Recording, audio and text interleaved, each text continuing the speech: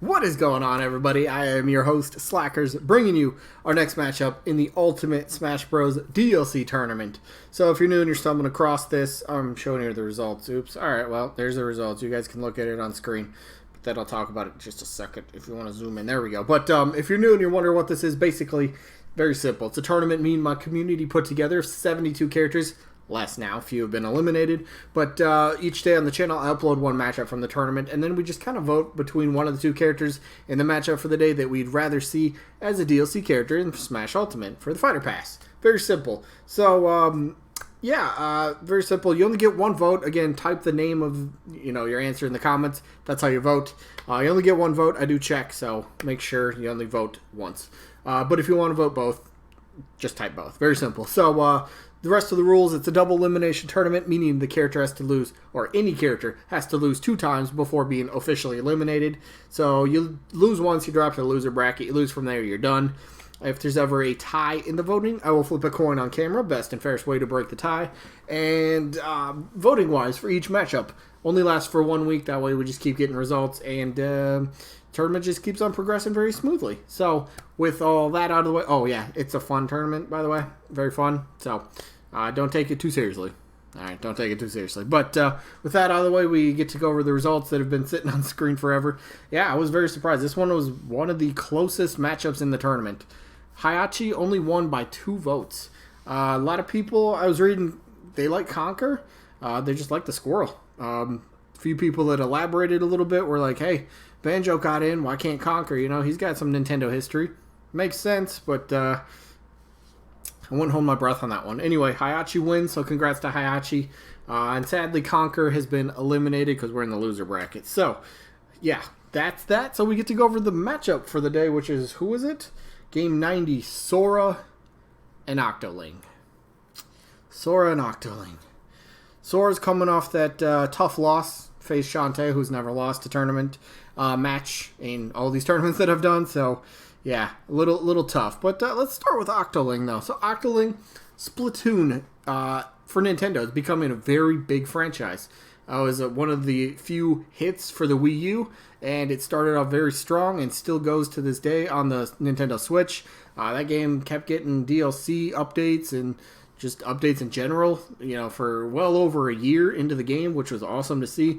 Lots of people are, very into the game. I am too. I haven't played it as much recently, but I still love the idea. It's just such a cool game. So Nintendo, it's becoming one of Nintendo's bigger franchises, and to see Splatoon get another rep in Smash Bros, I don't think is out of the realm of possibility whatsoever. Now you're going to go Octoling, yeah, it's probably just an Echo Fighter. Yeah, that works. It works. But let's say no to the Echo Fighter. How would Octoling work as a unique fighter? Now it's going to share similarities to Inkling. The whole process of inking an opponent, getting them inked up and then causing more damage when they're inked, and they're going to have similarities in that aspect, yes.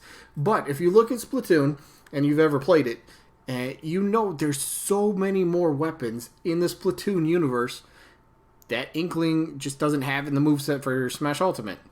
There you go. You got all sorts of these different weapons, tools, unique items, all sorts of cool things you can put in for an Octoling moveset, which would be really cool. And again, Splatoon 2, or Splatoon in general, big franchise for Nintendo, so it could end up happening.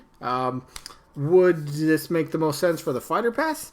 Maybe not. Maybe, the next Smash Bros. Game, once that comes out, way down the line, maybe we do get the second Splatoon rep in Octoling form. Maybe it happens. So, yeah, Octoling, pretty cool. They did have their own, expansion, right? Octoling expansion. I don't remember the full name of it, but that came out. That was a pretty big hit. A lot of people liked the gameplay. Some people were telling me it was pretty hard. I didn't buy it, but some people were saying, yeah, the bosses in there were a bit tough. So that's kind of cool. They got a bit of challenging aspect to them. So yeah, I like the potential, the Octoling that they have to be a playable character, whether it is an Echo Fighter, which if it happens, alright, I'd be okay with, or whether they're a unique fighter. I think they'd work much better as a unique fighter because, again, going back, there's so many different weapons and items and things that Inkling doesn't use that the Octolings could. Plus, they're all about the fashion. Think of all the alternate skins, alternate costumes, all the different fashion choices that they would have. Come on, that'd be pretty cool. That'd be pretty cool to see. Inkling has probably, the most diverse, different outfits and different costumes. Octoling could go the exact same path. So I could see it happening, but maybe in a future Smash game, it probably much better chance for that happening. So, yeah, let's table the first party characters and let's go talk about a third party character. Come on, there we go. Jeez. All right, let's talk about Sora. Again, coming off that very tough loss to Shantae. Still, Shantae is yet to be beat. We'll see if anyone does it in this tournament. But this matchup is not about Shantae. This one's about Octoling and Sora. Now, Sora, big-time third-party character. Lots of people know who this is. Lots of people will be willing to buy this character. I mean, Sora's just got gaming, the iconic stature attached to his name. Moveset is there, popularity's there, relevancy is there, even though I don't think relevancy really has to be a factor for anything, whether you're first party or third party. I mean, look at Banjo after all. Sure, there was Rare Replay or something a few years ago, but I don't think relevancy has anything to do with it. But Sora, nonetheless, character that people have dreamed about. Sora is kind of in that same position Cloud was in. It's just kind of like, Cloud would be such a cool addition to the roster, but it will never happen. And then, oh yeah, Cloud happened. Oh, what the crap? And that pretty much opened the doors for any third-party character. Honestly, Microsoft, maybe PlayStation, maybe this Disney character potentially. I don't know. It's there's a lot of cool things. So just thinking about Sora and Smash, I always get a big grin on my face just because just to think of just seeing this sorry, I'm way excited. Just thinking of seeing Sora and Mario, Sora and Link, Sora and Mega Man on the same screen at the same time in the same game that's mind-blowing. That is absolutely mind-blowing. So I would love to see Sora cross over into Smash. Come on. Let's go. Let's do this. I want it to happen. I really do. I don't think I really need to make a case for Sora because Sora already made his own case. It's Sora after all. We know it is. Kingdom Hearts, big franchise. A lot of people should love the franchise. I mean, come on. It just makes sense. Both these characters are pretty nice. Very nice.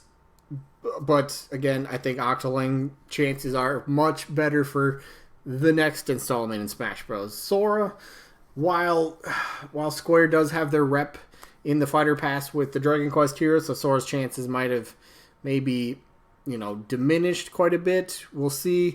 Depends on your stance. If, one company will get multiple reps in Smash Bros. In the Fighter Pass, I don't think it will happen. Sora could be an exception just because maybe you could say the Disney aspect, so it's not completely a Square character, or maybe you could just say Sora would be one of those break the internet sort of characters, so it's fine if Square would get a second rep. Yeah, it is what it is. Anyway, my vote is Sora on this one.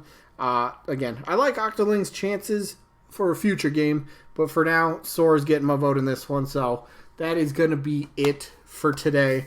I guess we could do a little sneak peek for Monday, right? So Monday's match. Okay, there we go. Monday's matchup is going to be Waluigi against Mach Rider. Still in the tournament? What? Hold up. Mach Rider beats Stanley the Bugman. Wow, what a matchup that was. So Waluigi against Mach Rider on Monday.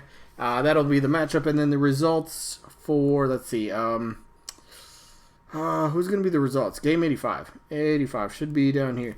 So we'll get the results of Dixie Kong against Plus Minen, 2 of the Forbidden 7. So that'll be kind of cool to see. So, yeah, that's pretty much going to be it for this one.